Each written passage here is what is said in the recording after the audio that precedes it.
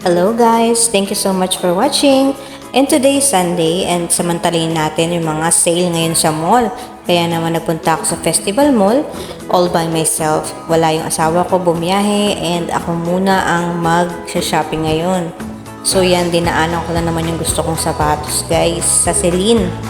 At hindi ko muna siya bibilin kasi nagdadalawang isip ako. So ngayon, napadpad ako dito sa gitna ng Festival Mall sa second floor at may mga sale, iba't ibang brands. Merong Tribal, Jag, Fubu at kung ano-ano pa. Ayan guys, ang dami ng pila. Nakapila ako dyan kasi nakapili na ako ng mga gusto ko. And then pumunta ako sa Robinsons Department Store at nagsukot ako ng mga napili ko ring damit. So yan guys, 250 lang yan. Pwede siyang pang office, lagyan mo lang siya ng blazer. At ito is dinampot ko lang, hindi ko napansin na size small pala at kaya naman namumutok yung mga braso ko at yung tiyan ko guys. Ayan, para akong 3 months na buntis. At napadpad naman ako dito sa skincare section. Marami silang mga bundle and packages for Christmas. Ayan yung price niya guys, nasa 200 something or 300 pesos. At iba't ibang klase ng skincare, meron dyan mga lipstick, makeup set, nail and gel set, iba't iba guys. So, affordable naman siya, depende kung magkano yung budget mo. Ang pinakamababang nakita ko dyan is nasa worth 200 pesos. At ang pinakamahal is nasa 700 or 800 pesos. So, yan guys. So, nagtingin-tingin ako ng pwedeng pang regalo at pangbigay sa mga friends or sa mga kung gusto nyo pagbigyan guys. So, ayan ang ganda ng Christmas tree dito guys sa Festival Mall. At tingnan nyo naman ang daming tao, parang nasa baklaran lang tayo guys. At hindi mo na maramdaman yung lamig ng aircon. Kita nyo naman, lahat ng store punong-puno ng tao. At syempre, hindi lang store ang punong-puno, pati yung parking at pati naman yung mga fast food at restaurants. Syempre, 13-month pay ng mga empleyado at kaya naman nagutom ako guys at nakipila ako dito sa Burger King. Dito is hindi masyadong ganun kahaba yung pila. Sobrang haba ng pila sa mga fitting room at pabalik-balik ako doon para isukat yung mga damit na napili ko. At 7 PM na nga yan guys. 2 PM ako umalis ng bahay. 7 PM na at sobrang sakit na ng mga paa ko sa paglalakad-lakad at pagtingin ng mga iba't ibang store kung saan makakapili ako ng mga damit. So ayan guys, lumabas na ako ng mall at wala na akong ibang bibilhin. At syempre magko-commute na naman ako pa uwi dahil wala nga akong kasama dyan, yung asawa ko bumiyahe. And yung anak ko ay bumiyahe din sa Lala Move. So ang ending, magko-commute ang lola mo. A few moments later. Hello, I'm back! And for today's video, samahan niyo ako guys mag-unboxing ng mga pinamili ko sa Festival Mall. So ito guys yung mga pinamili ko sa festival. Ang una nating bubuksan ay ito. Pinamili ko US Polo. Medium siya. And yung actual price niya is 999. Pero ito is nakuha ko lang ng 600. Ayan,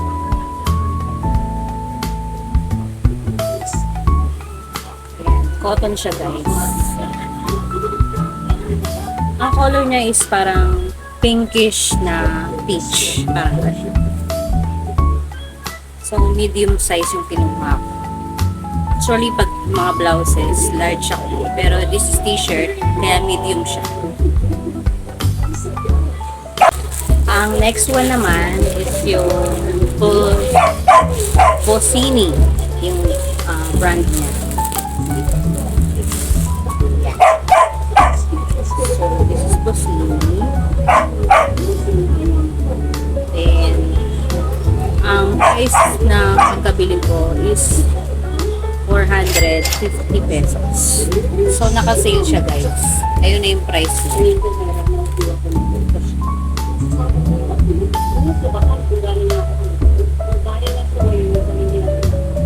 Ayan, Butones siya guys, and cotton. Saka ang ganda ng color niya. May pagka pinkish and peach combination.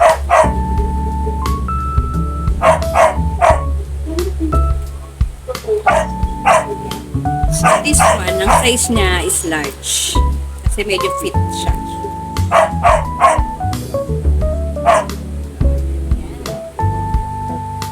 And ang next item, sa Robinsons Department Store pa ngayon. So, naka-sale siya. 50 or 60% off. So, this one is bottoms up. Yung brand niya. Ang regular price niya is 700. Pero yung price ng pagkabili ko is 400 pesos.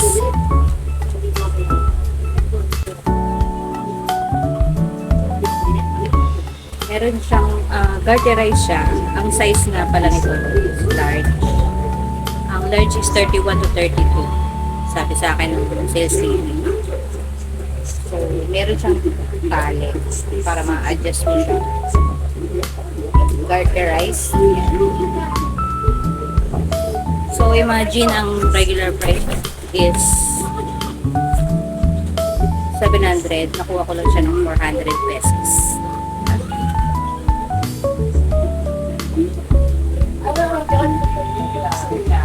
And yung next one is yung Krisa. Krisa naman yung brand niya. Or yung nata.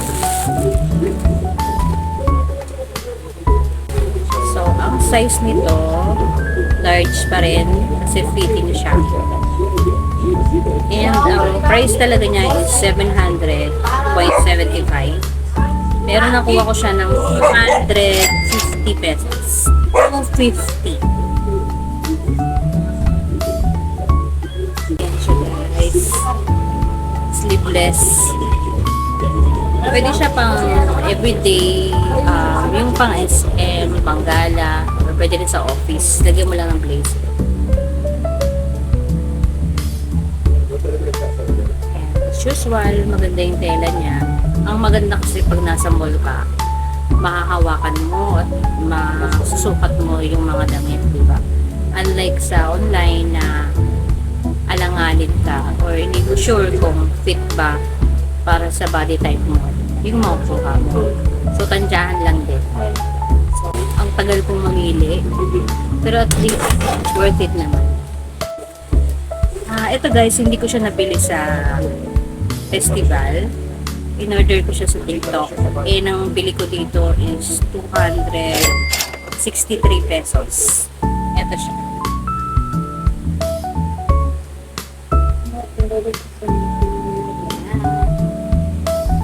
So, maganda tong partner para dun sa mga binili kong t-shirt and yung blouse na sleeveless na color peach and pink. So, ang size nito is 32. Kasi nag-adjust na ako. Okay, dapat 31 lang or 30-31. Tapos, yung akong size na lang is 32 kasi dati naka-order ako sa TikTok. Ang kinuha ko is 31, sobrang fit sa akin. Kasi hindi na ako makagalaw yung mga hita ko, fit na ipit. So, this is 32. May konting adjustment pa siya sa mga hita ko.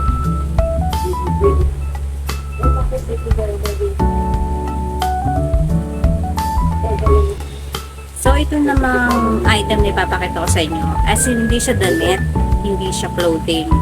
So, this is, kung familiar kayo sa No Brand, yung pinaka-store niya. Ito yung pangalan. Ayan. No Brand. So, may mga goodies na kung pinamili. So, ito. Mga chocolates, pang-himagan. So, may para siyang M&M, pero hindi siya totally M&M yung brand niya. Ayan. Tapos, merong ganito. Ayan. And then, ganito.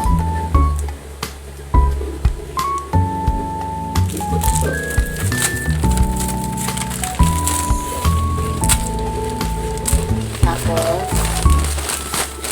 Actually, meron din dito na Chicks Delight. Ayan. Then, nabuksan ko na yung isa na chocolate na. Ang sarap ng dark chocolate niya, guys. Ito. Ito kasi, una talagang binuksan ng anak ko. Kasi kung hindi ko inawat, mauubos talaga siya. At talagang walang matitira sa natin. So, ganito siya, guys. Ito na. Ayan. Ganyan siya. Super dark chocolate siya.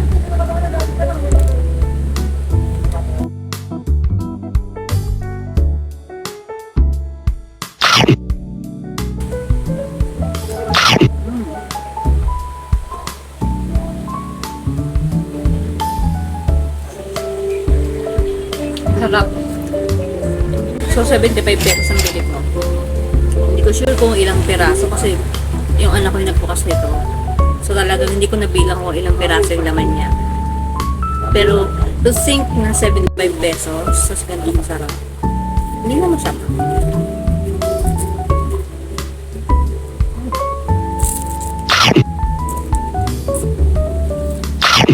Ang sarap ko.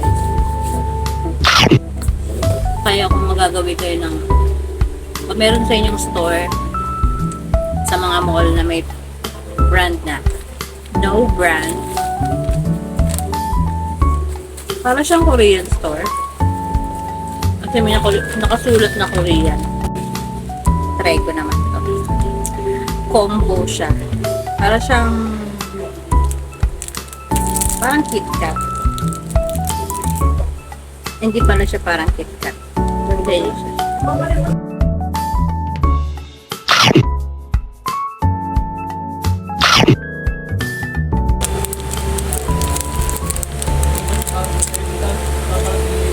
Kahit ko bumili ng mga yung mga sneakers, talagang 125 lang po.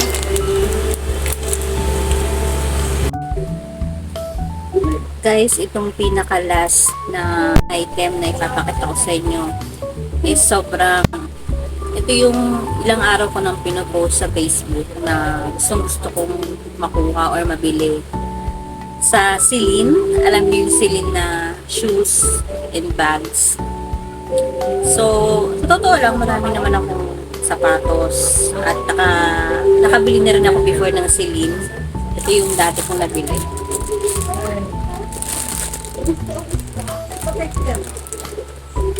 Ayan.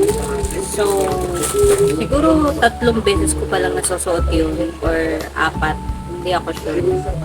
Tapos, syempre, pag December, maraming lumalabas na mga bagong style at mga naka-sale.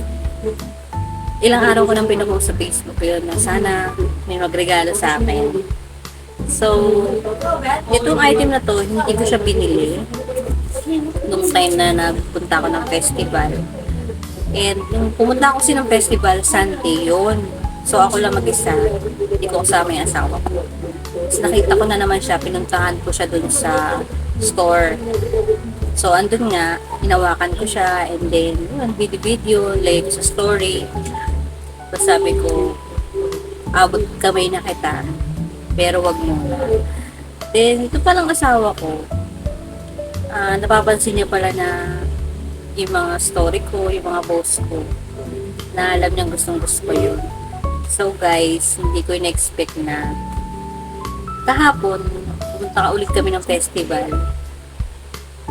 And kasi niyaya ko siyang magkape. Kasi sabi ko may bago kung nakita na coffee shop doon sa festival. Medyo affordable naman. So yun, nakala ko magkakape lang kami. Then sabi niya, nasan ba yung Celine? Tapos sabi ko, sa taas, second floor. Ito tayo bilang sa Pavos.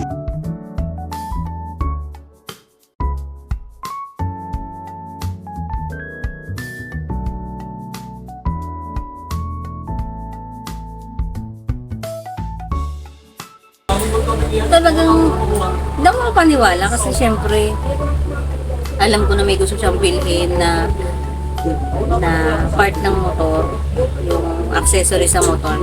Na hindi ko na-expect na, hindi nga, sabi ko gano'n. Seryoso ka? Oo nga, saka na ako bibili nun bago mag-January. Tapos, yun, kinukulit ko siya. Hindi nga, seryoso. Tapos, nangkulitan na rin siya sa akin. So, moving forward, nandun na nga kami sa store. Tapos, kung saan yung spot, kung saan ako pumunta ng Sunday.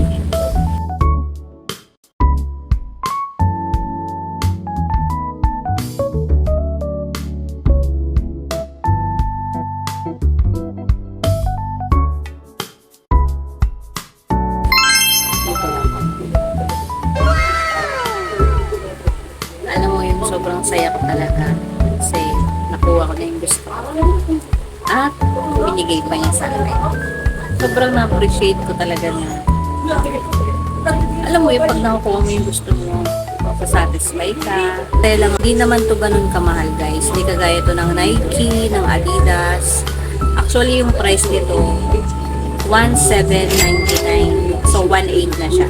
Pero kung tutusin, mahal pa rin siya. Kaya nga ako nagdadalawang isip. Kasi, over 1,000 siya. Siguro kung 1,000 lang to, hindi ako magdadalawang isip na bilhin ko. Pero dahil binigay niya na sa akin, sobrang saya ko talaga. Saya ko. Alam mo yun, hindi na ako paulit-ulit na tumitingin sa Celine online app para tingnan yung sapatos kasi ito na siya. Ayun. So, thank you sa asawa ko na bibigay niya lahat para maging masaya lang ako. Ayun. So, yun lang. Sobrang saya ko. Share ko lang sa inyo guys. Kahit hindi ko ito binili, unboxing pa rin. Kasi bigay ito ng taong special sa'yo, di ba? Kahit naman sino, kapag binigyan ka ng tao, kahit maliit man ang halaga yan, o malaking halaga, it's still special. Kasi galing sa special na tao. So, ayun lang guys. Thank you so much sa pagsama sa unboxing ko. And kahit medyo nabobore kayo sa mga videos ko, thank you again for watching and for subscribing. Once again, this is Calvert TV. Till next time. Bye-bye.